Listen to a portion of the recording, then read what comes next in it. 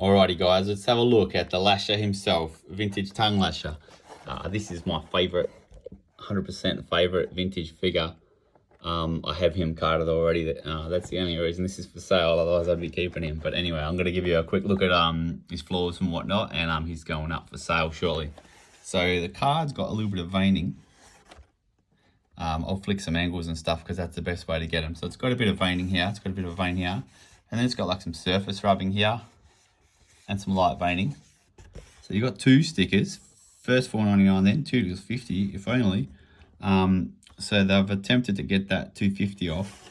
There's no rip on the card, it's just residue, like sticker residue left. The card has not been ripped, and thankfully the person trying to take that sticker off thought better of it and didn't take the rest off. So there's a light, very small vein top right there. So the edge wear is pretty good on this side, but then you get like a bit of a mini litho lift slash rip here. So I'll show you a bit better when I show you the back of the card, but it's like a bit of a nook taken out kind of thing. It's led to a rip. And then you got a little bit of edge wear in this bottom right corner. And you got some light sort of folding and edge wear on the bottom. And the bottom right's kind of got that edge wear too, where it's splitting a little bit, so it lifts a little. And then you've got a little bit more edge wear here. So front on looks lovely, but it does have edge wear and some veining. Let's have a look at the back of the card. So the top of the back's nice. You can't barely see that veining that you can see from the front, and the edge wear is not as, it's there obviously, but it's not as prominent from the back either.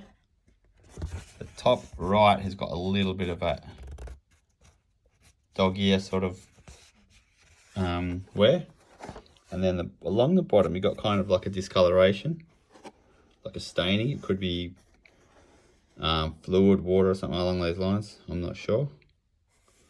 And then you've got that edge wear that obviously you can see from the front. So if I turn them over, I can see that kind of edge wear on both sides at the bottom. So let's have a look at the bubble. The bubble is nice and clear, look at that.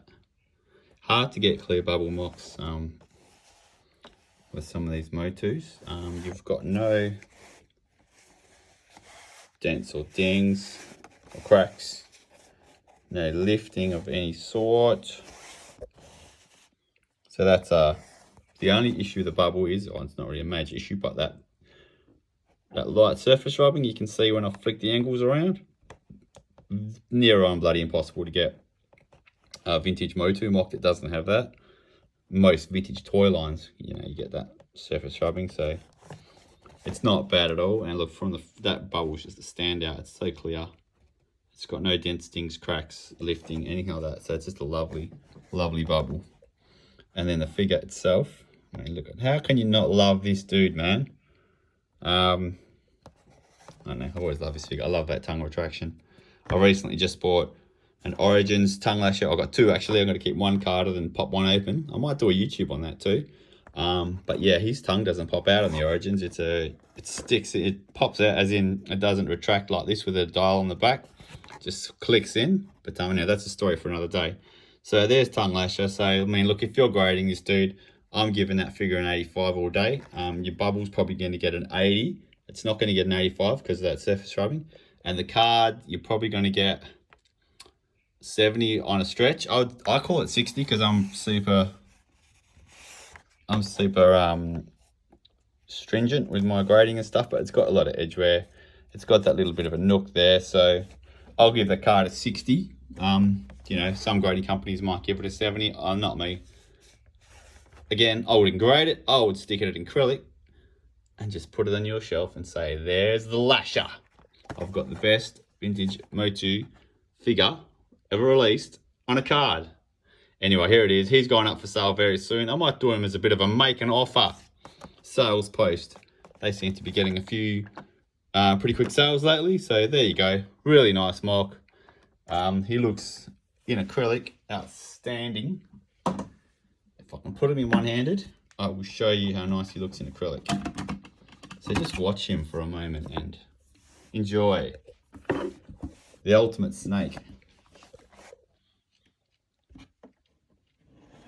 One-handed entry into acrylic.